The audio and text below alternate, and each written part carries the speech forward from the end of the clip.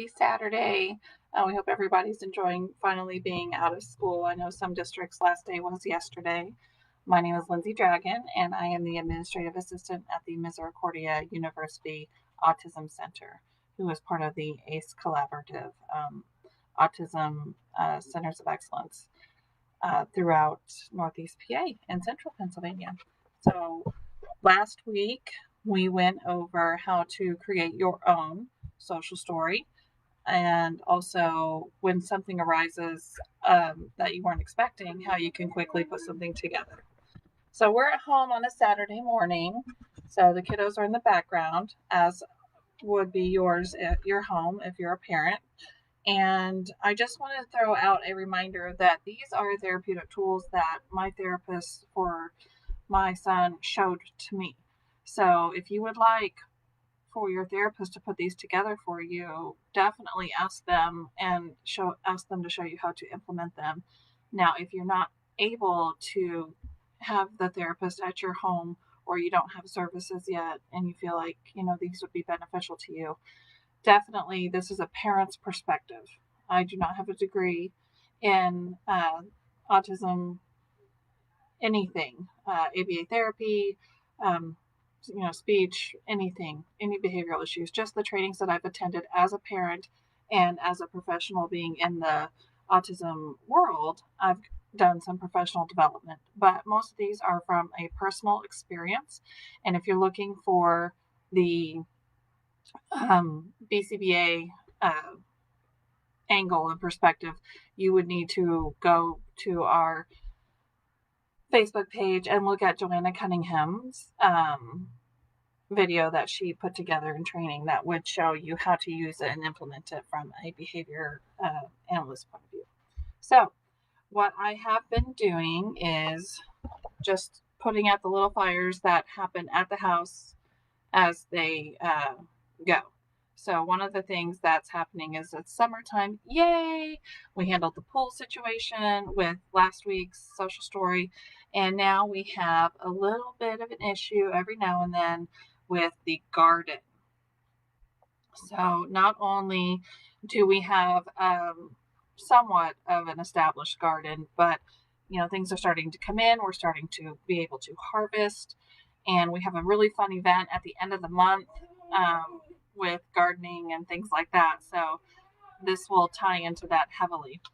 One thing that was brought to my attention, the autism program that my son attends, they go on walks to a playground. And on that walk, or while they were visiting, he'll just pick something off of a tree and just eat it. So that's not okay. A lot of plants are not safe to eat. Some plants are safe to eat, maybe the flowers or, certain parts of the plant, but not the entire plant. So that's something. Say hi, Jackson. Hi.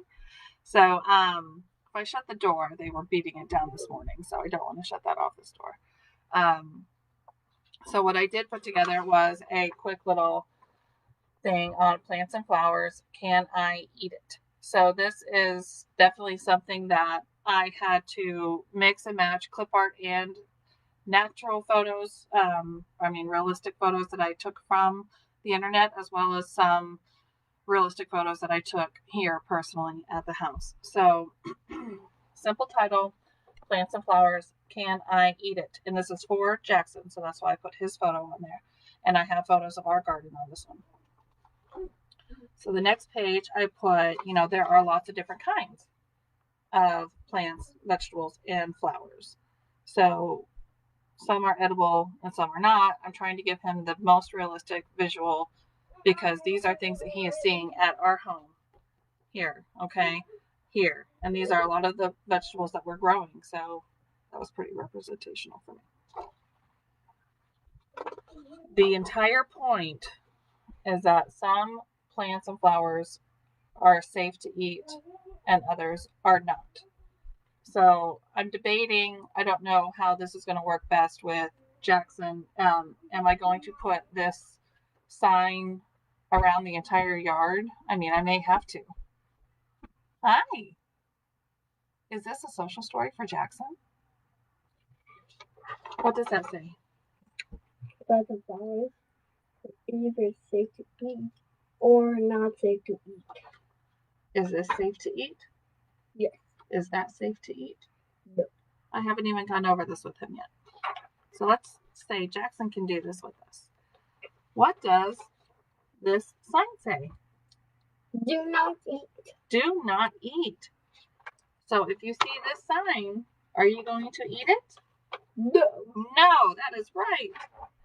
Okay, so what do you do when you want to eat something? He's done. Okay, so we need to ask mommy or daddy before you pick any plant to eat. Now, if you tuned in or you watched the one from last week, you'll see that these are pictures that I copied from the pool social story. You don't have to recreate everything from the very beginning. Just go in and edit the ones that you have. So here's a picture of his brother eating a tomato from last year's. He picked it and he was going to eat it, but he forced us to eat it. The other thing is that plants that are edible may not be ready to eat. So I took a picture this morning of our strawberry outside, our strawberry plant, and that is clearly not ready to eat. Okay.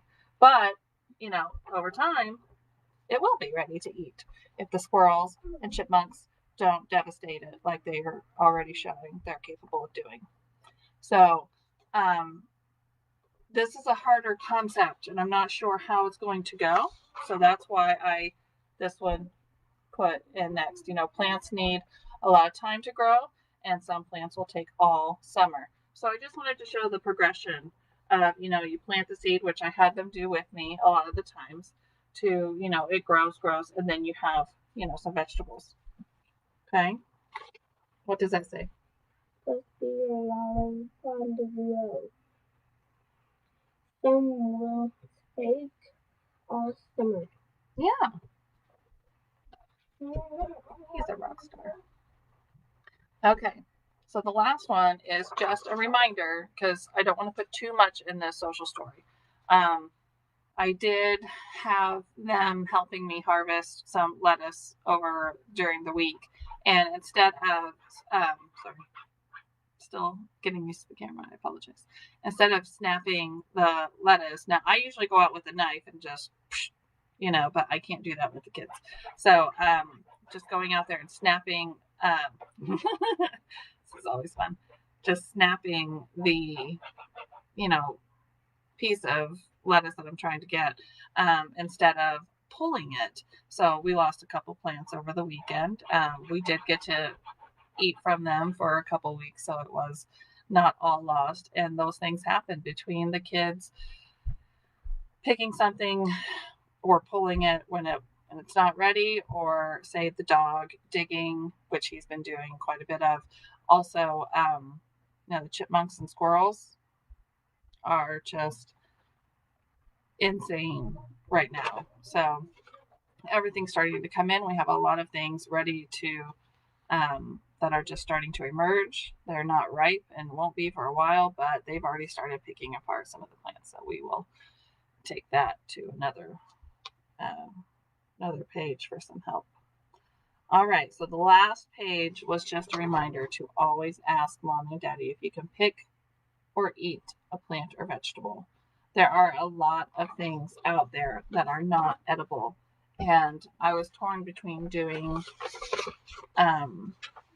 only edible things, but that really limits some of the, it can be a plant that's edible, but the plant itself may not taste good. And then the fruit that comes off of it, I can't imagine eating the leaves of a tomato plant, but I'm sure that they are edible. I'm sure, as in, I'm not an expert, and don't quote me on that, because that's just an idea that I'm throwing out. The lamb's ear that I have planted outside, they're really fuzzy. So it's out there for a sensory purpose, very intentional.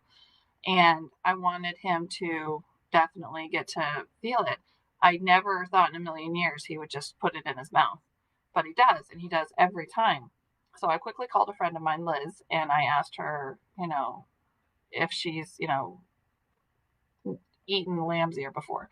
And she was like, oh yeah, but there's different ways to prepare it and whatnot. So I could have easily just Googled it, but a lot of times I prefer to go to somebody that I know.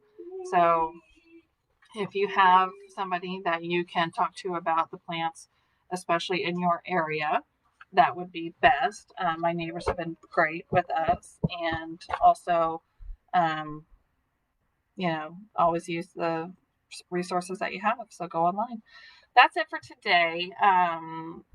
Let us know if you're able to use these concepts, if you would like us to keep doing them. We will do a video a month, maybe after June, but we'll keep posting topics and things like that. A few more videos will be coming up for June, but the topics will range with what I experience, between now and next week. So if you have any topics you would like us to hit on, definitely let us know.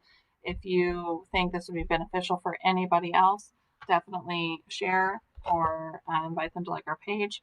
You can email us at autism@misericordia.edu, and that will get back to you very quickly, or just comment during the events in the pages. Okay, and have a wonderful Saturday and enjoy the rest of your week. Thanks.